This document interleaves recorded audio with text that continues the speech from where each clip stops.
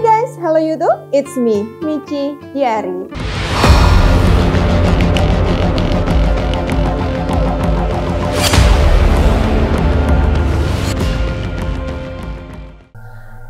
Gimana nih guys sama puasanya? Masih semangat kan? Ngomong-ngomong, ini udah puasa yang hari keberapa ya? Belum merasa halu kayak ngeliat sabun cuci piring, ngerasa ngeliat kayak sirup kan? Atau ngeliat tumpukan karet jadi kayak ngeliat mie goreng gitu? Belum kan? Atau mungkin kalian lagi ke dapur ngeliat spons cuci piring berasa ngeliat spons cake? Belum kan? Ya, semoga kalian semua puasanya terus lancar ya, semangat terus sampai hari yang terakhir. Oh iya, buat kalian yang lagi puasa terus males bersih-bersih rumah nih, aku ada ide nih, gue punya ide nih ya. Gimana kalau kalian tuh bisa hubungin Fresh Clean, karena di situ ada salah satu pilihannya yaitu jasa bersih-bersih rumah. Kan, jadi bisa membantu kalian buat bersih-bersih rumah, iya dong. Caranya gampang banget, kalian tinggal hubungin nomor telepon Fresh Clean atau kalian bisa cek Instagramnya, gampang kan? Oke, kali ini gue akan ngebahas lagi tentang salah satu organisasi dunia yang rahasia, yaitu organisasi Illumination. Yang dimana organisasi ini tuh benar-benar organisasi yang sudah mendunia. Nah, berbicara tentang Illumination, mungkin banyak atau sebagian orang lah ya menganggap kalau itu berhubungan dengan penyembahan setan atau satanisme.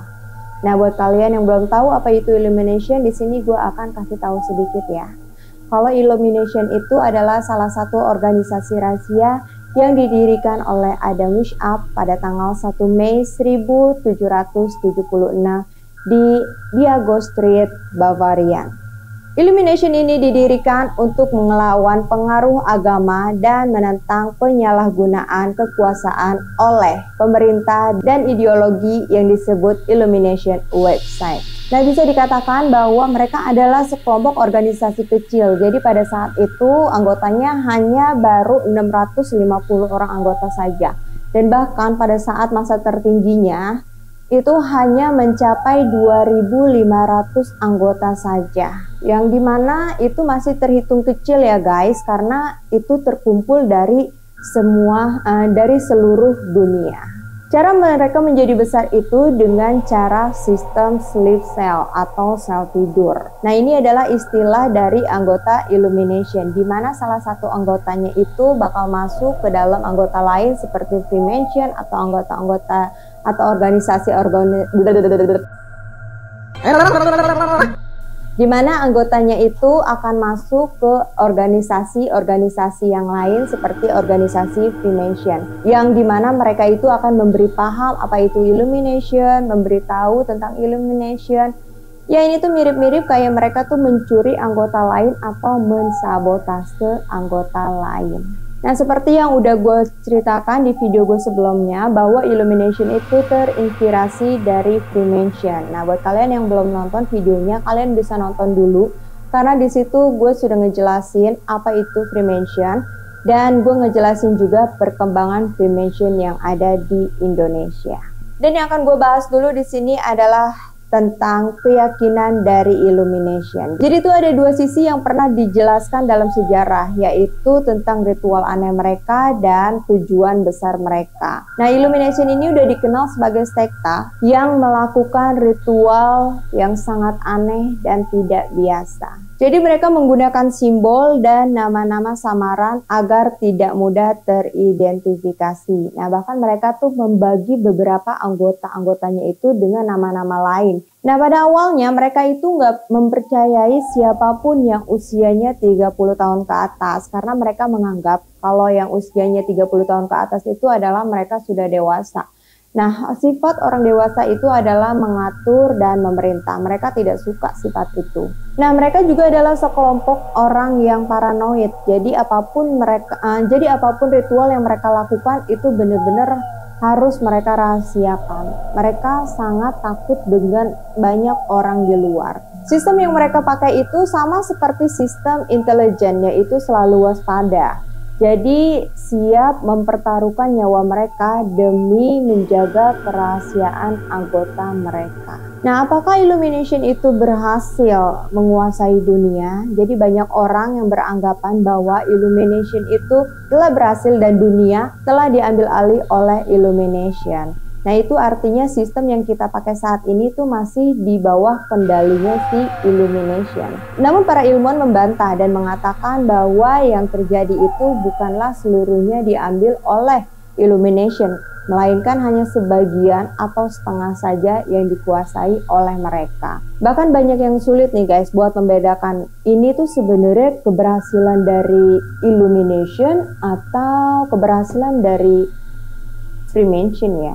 Nah, tapi tahu nggak sih guys, kalau sebenarnya itu anggota dari Illumination itu udah nggak ada. Jadi banyak yang bilang kalau anggota Illumination yang asli itu sebenarnya sudah tidak ada dari semenjak dibubarkannya organisasi ini. Dan banyak yang mengatakan juga bahwa anggota-anggota yang sekarang ini adalah mereka yang hanya ingin mencari keuntungan atau hanya mencari uang saja dari organisasi tersebut. Nah, pada tahun 1798, George Washington itu menulis sebuah surat yang berisikan ancaman untuk anggota-anggota Illumination yang membuat mereka menjadi semakin takut. Nah, ini dikabarkan juga ya guys, banyak banget artis-artis atau penyanyi ya yang menjadi pengikut Illumination. Nah, inilah dia beberapa penyanyi dan artis yang dikabarkan menjadi pengikut Illumination. Nah, yang pertama gue mau bahas ini adalah penyanyi asal Amerika Serikat yaitu Beyonce dan suaminya Jay-Z. Nah, dikabarkan mereka ini menjadi pengikut Illumination, bahkan mereka itu menduduki pusat tertinggi saat kalian mencari tahu siapa saja dari pengikut Illumination. Pasangan yang menikah pada tahun 2008 ini dengan terang-terangan menunjukkan simbol piramid yang identik dengan logo Illuminati. Coba tolong editor diedit gue di sini nih ya, nanti nih logo Illuminati.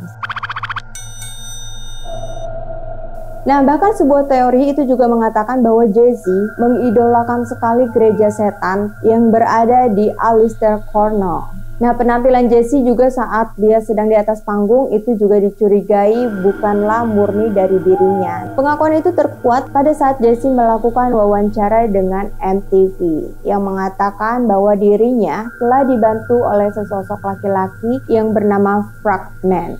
Nah, pengakuannya itu langsung membuat banyak warga tuh berpikir bahwa selama ini segala kesuksesan dari Jay-Z itu bukanlah murni dari hasilnya sendiri, melainkan bantuan dari iblis untuk mendapatkan semua kekayaan dan kesuksesannya.